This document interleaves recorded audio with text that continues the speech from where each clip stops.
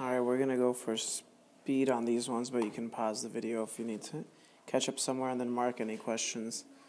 And then you can ask them in class if something's unclear.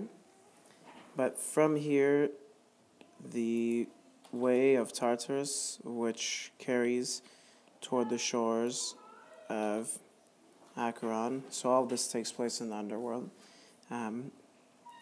A swollen whirlpool or a swollen abyss here, and kaino is mud or filth, so swollen, an abyss swollen here with mud and in a vast whirlpool.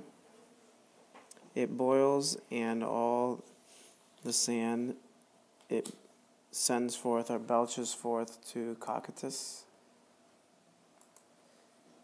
A horrible ferryman, portitor horrendus, guards, and what does he guard? The rivers and the aquas, so the has aquas. He guards these waters and rivers, and his name is Charon, is a portitor Charon, with terrible filth, terribile squailore, to whom many plurima canietes, gray hairs, unkept lie. And where do they lie? On chin. And the lumina, the lights, stand in a flame, so that means his eyes stand in a flame. What else is going on with this guy? Well, there's a dirty cloak, sordidus amictus, hanging down. It hangs down in a knot from shoulders. And he himself drives with a pole the raft, ratem, and he tends to the winds, or he ministers with winds. That would be a fine translation as well. And he carries across bodies in a rusty boat. Now an old man, but to the god, old age is the subject here. Sedectus is green, viridis, and fresh. So even though he's old, he's got this youthful energy. Two here, hook, all the crowd, having been poured out, was rushing toward the shores. Mothers and men or husbands, and the bodies finished with life, defuncta vita, of great-souled heroes, boys and unwed girls, having been placed on funeral pyres. So youths, impositi, youths having been placed on funeral pyres, ante ora, before the faces of parents. And then we get a double simile here, first with comparing the souls to leaves, and then comparing them to birds, suggesting lightness, and also we get this kind of wintry imagery, which brings in the sensation of coldness. So as many, quam multa, as many as in the forests, at the first chill of autumn, they fall. So, and what's the subject that falls? The lapsa folia, the fallen leaves fall. Or to the ground in a whirlpool. So from like up above, the birds are coming down to the ground from on high, ab alto. As many, quam multi, are gathered birds. So birds are gathered as many. And when the cold year across the sea routs or puts to flight or flees across the sea and lets in the sunny lands, and imitit is a dative verb, so a lot of times you can recognize those because of that that prefix right there, that prepositional in, and then mitere.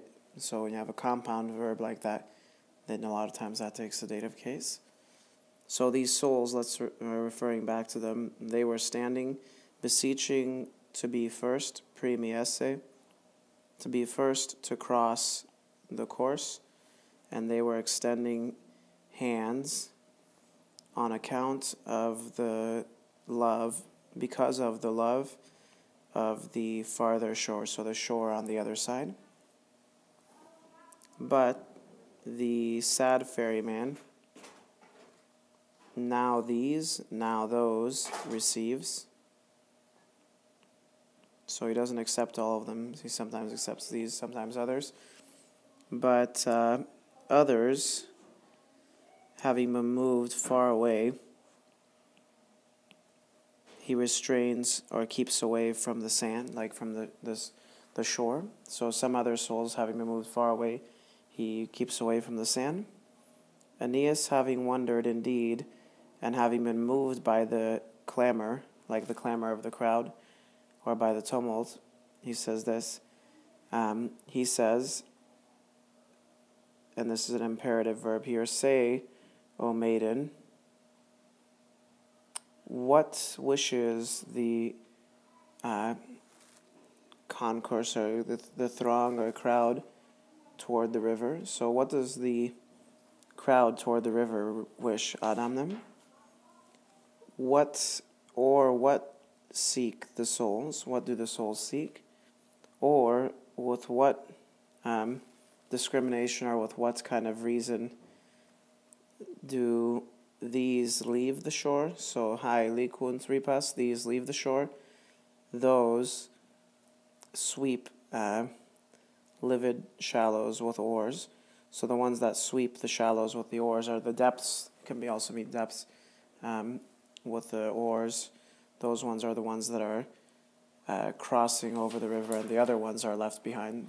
So, or by what reason do these leave the shores, and those sweep the livid depths with oars? And leave the shores as in like they have to go back, they can't come over the river. To that one, this is an old form of ili. So oli. To that one, thus briefly spoke the aged priestess. One having been generated, that's the unusual e ending for vocative. One having been generated from Anchises, or one having been born from Anchises, most certain offspring of the gods. You see the still waters, or the deep still waters of Cocytus, and the Stygian marsh, whose divinity the gods fear to swear and to deceive. So the gods are even afraid to take an oath by the river Styx if they're going to deceive it. These, all this which you see is the crowd unburied and needy. That famous one, the ferryman Charon. These which the wave carries are buried, sepulti sunt. Neither is it given the horrible shores and the clanging streams to cross before, and all this together means before the bones rest. The ossa rest in sedibus, in foundations or in seats. They wander for 100 years, that's an accusative of duration, and they flitter or they fly around these shores. Then finally, they revisit, having been sent forth. So then finally, having been sent forth, they revisit the desired still waters. So after 100 years. The one born from Anchises, Satus Anchisa, stops and presses tracks or steps, thinking many things, and having pitied in his mind or in his soul the unfortunate lot.